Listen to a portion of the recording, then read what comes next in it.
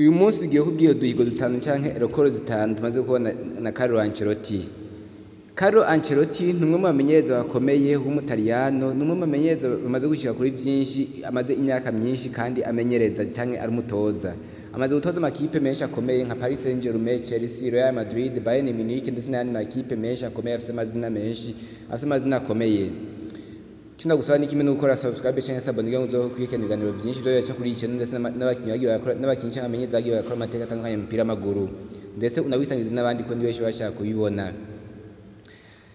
Amazina yiwe yose ni Carlo Gennaro Ancelotti, ariko azwi cyane canke yambaye cyane ku mazina ya Carlo Ancelotti. Ni umumenyereza w'umutaliyano, kuri ubu amenyereza ikipe ya Real Madrid muri Espagne. Ni umwe mu bamenyereza bafatwa nk'abamenyereza bihe byose mu mupira w'amaguru bivaye n'ukuntu agiye aritwara. Nubwo atashoboye kuba umukinnyi akomeye cyangwa umukinnyi wo kuri nivo yo hejuru, Carlo Ancelotti yarashoboye kuba umumenyereza w'urugero rutandukanye, ndetse ni umumenyereza w'umunyamateka canke entraîneur legendaire wa Real Madrid yo muri Espagne na AC Milan mu Butaliyano. Carlo Ancelotti yavutse itariki 10 z'ukwezi kwa gatandatu mu 1959 avukira i Reggio mu Butaliyano. Carlo Ancelotti yakinye nk'umukinyi w'umupira w'amaguru mu migwi nka AC Milan yo mu Butaliyano ndetse na AS Roma ndetse na Parma.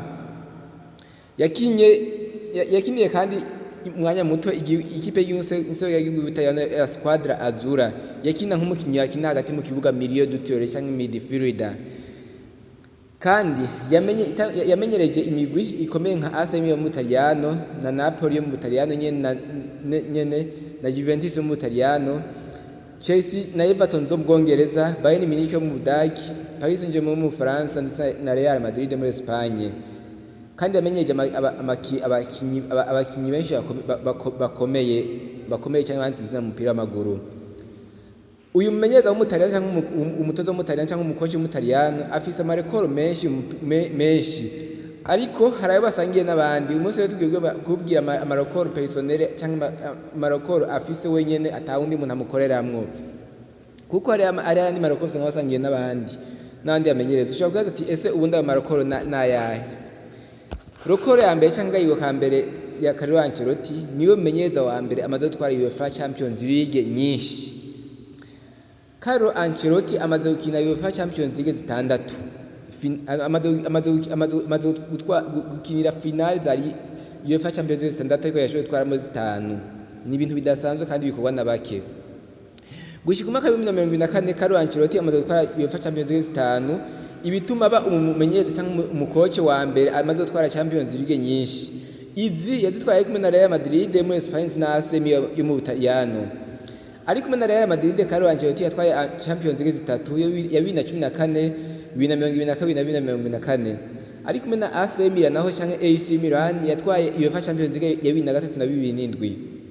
Kandi ari muri AC Milan yatakaje urukino cyangwa yakatakaje finale mu 2005 yaho yakina AC Milan yakina Liverpool, imwe mu mafinale atazibagiranwa. Muravyibukaho AC Milan muri AC Milan muri cyambere y'isi ibitego 3 ku busa, maze Liverpool yabigombo yifashijwe n'umunyamateka wabo yari akomeye cyane ico gihe Steven Gerrard umwongereza.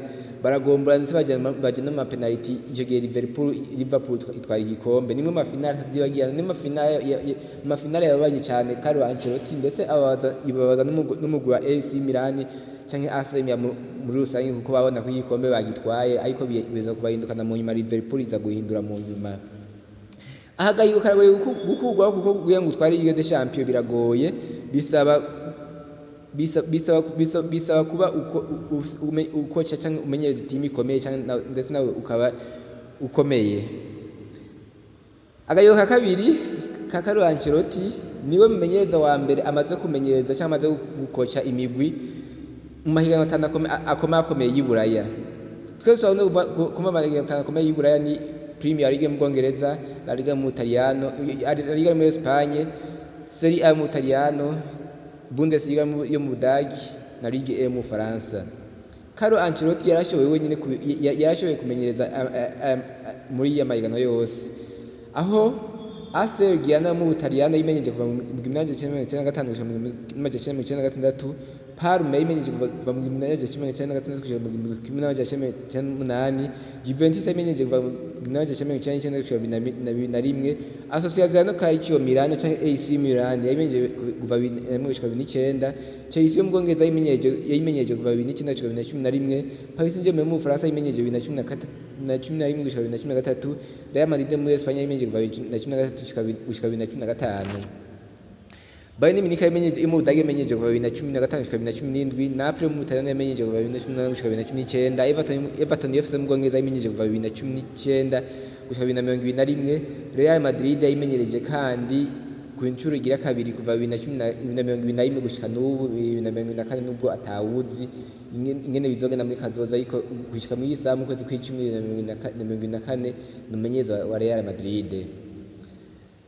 Agahigo kazoba gukugwaho kuko kugira ngo gakugweho bisaba ibintu byinshi cyane, nuko uba ari umwe mu bamenyereza cyangwa abakoci bakomeye ndetse bafite amateka akomeye.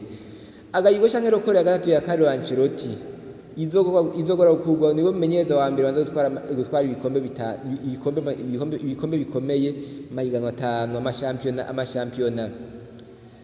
Carlo Ancelotti afise akagahigo kadasanzwe gutwara Premier League mu Bwongereza, Ligue muri Espagne, Calcio canke Serie A mu Butaliyano, Bundesliga mu Budagi na Ligue 1 mu Faransa. Mu Bwongereza ariko yatwaye Premier League ari na Chelsea 2010, muri Espagne yatwaye na Real Madrid 2022-2024, muri mu Butaliyano yatwaye Serie A na AC 2003, mu Budagi yatwaye Bundesliga na Bayern Munich mu 2017, mu Faransa yatwaye Ligue A na Paris Saint-Germain mu 2013. Akagahigo kazogora gukugwaho cyane kuko nako gasaba kuba umaze imyaka myinshi, ndetse gasaba kuba umaze imyaka myinshi mu kumenyereza umupira w'amaguru. Ni kamwe mu bihigo bidasanzwe butazibagenwa bwa Carlo Ancelotti. Carlo Ancelotti agahigo ka kane yakoze kadasanzwe, niwe menyereza wa mbere yatwaye Ligue des Champions mu binyecumi bitandukanye, les 10 décennies différentes, mu binyecumi bibiri bitandukanye. Carlo Ancelotti afise aho gahigo gutwara Ligue des Champions mu binyecumi bitandukanye, ariko na AC yo mu Butaliyani yatwaye UEFA Champions League 2003 na 2007 yatwaye zibiri, ariko na Real Madrid yo muri Espagne yatwaye UEFA Champions League 2024 na 2024. Ivyo bimugira umenyereza wa mbere azotwara UEFA Champions League zibiri mu binyecumi bitandukanye, n'agahigo kadasanzwe bizonagora yuko nako gashobora kazogora gukugwaho, kuko ni kamwe mu bihigo bukomeye yashoboye gushika kuko bisaba kuba umaze imyaka myinshi mu menyereza, kuko gutwara UEFA Champions League mu binyecumi bitandukanye si ikintu coroshe, si ikintu gisanzwe. Agahigo ka gatanu Carlo Ancelotti amaze gukora kandi kadasanzwe ako gutwara Champions League zibiri mu binyecumi bitandukanye. Mu myaka ya 2010 Carlo Ancelotti ari umumenyereza yatwaye UEFA Champions League ari kumwe na Real Madrid 2014, ndetse n'imyaka 2020 yatwaye UEFA Champions League ari kumwe na Real Madrid 2022 na 2024. Nimwe mu bihigo bidasanzwe afise. Aya mateka ya Carlo Ancelotti cyangwa ubuhigo amaze gushyiraho umupira w'amaguru bukomeye buzogora cyane gukugwaho. Muri ubu buhigo butanu, akambere umumenyereza wa mbere yatwaye Champions League nyinshi mu mateka, umumenyereza wa mbere yashoboye kumenyereza imigwi ikomeye itanu mu mahiganwa 5 akomeye y'Iburaya, umumenyereza wa mbere yashoboye kumenyereza imigwi yashoboye gutwara Champions 5 zikomeye tuza Premier League, La Liga, Serie A, Bundesliga ndetse na Ligue 1. Umumenyereza yashoboye gutwara UEFA Champions League mu binyecumi bitandukanye. Ese mutuduhigo nk'umukunzi w'umupira w'amaguru nakayi kazova koroha gukugwaho? Nimba uri umukunzi w'umupira w'amaguru ni iki ukundira Carlo Ancelotti? Nimba Carlo Ancelotti woba umushyira mu bamenyereza bakomeye umushya amamenyereza mu kibanza cya kangahe kw'isi yose. Icyo ndagusaba ni kimwe rero, ni ugukora subscribe cyangwa se abone kuri iyi channel uzoza kwikina amateka menshi yagiye yandikwa n'abakinyi n'abamenyereza ndetse babakinyi bagikina ndetse n'abatagikina muri rusange, ndetse ubisangize n'abandi, ushireko j'aime, partage na commentaire. Murakoze.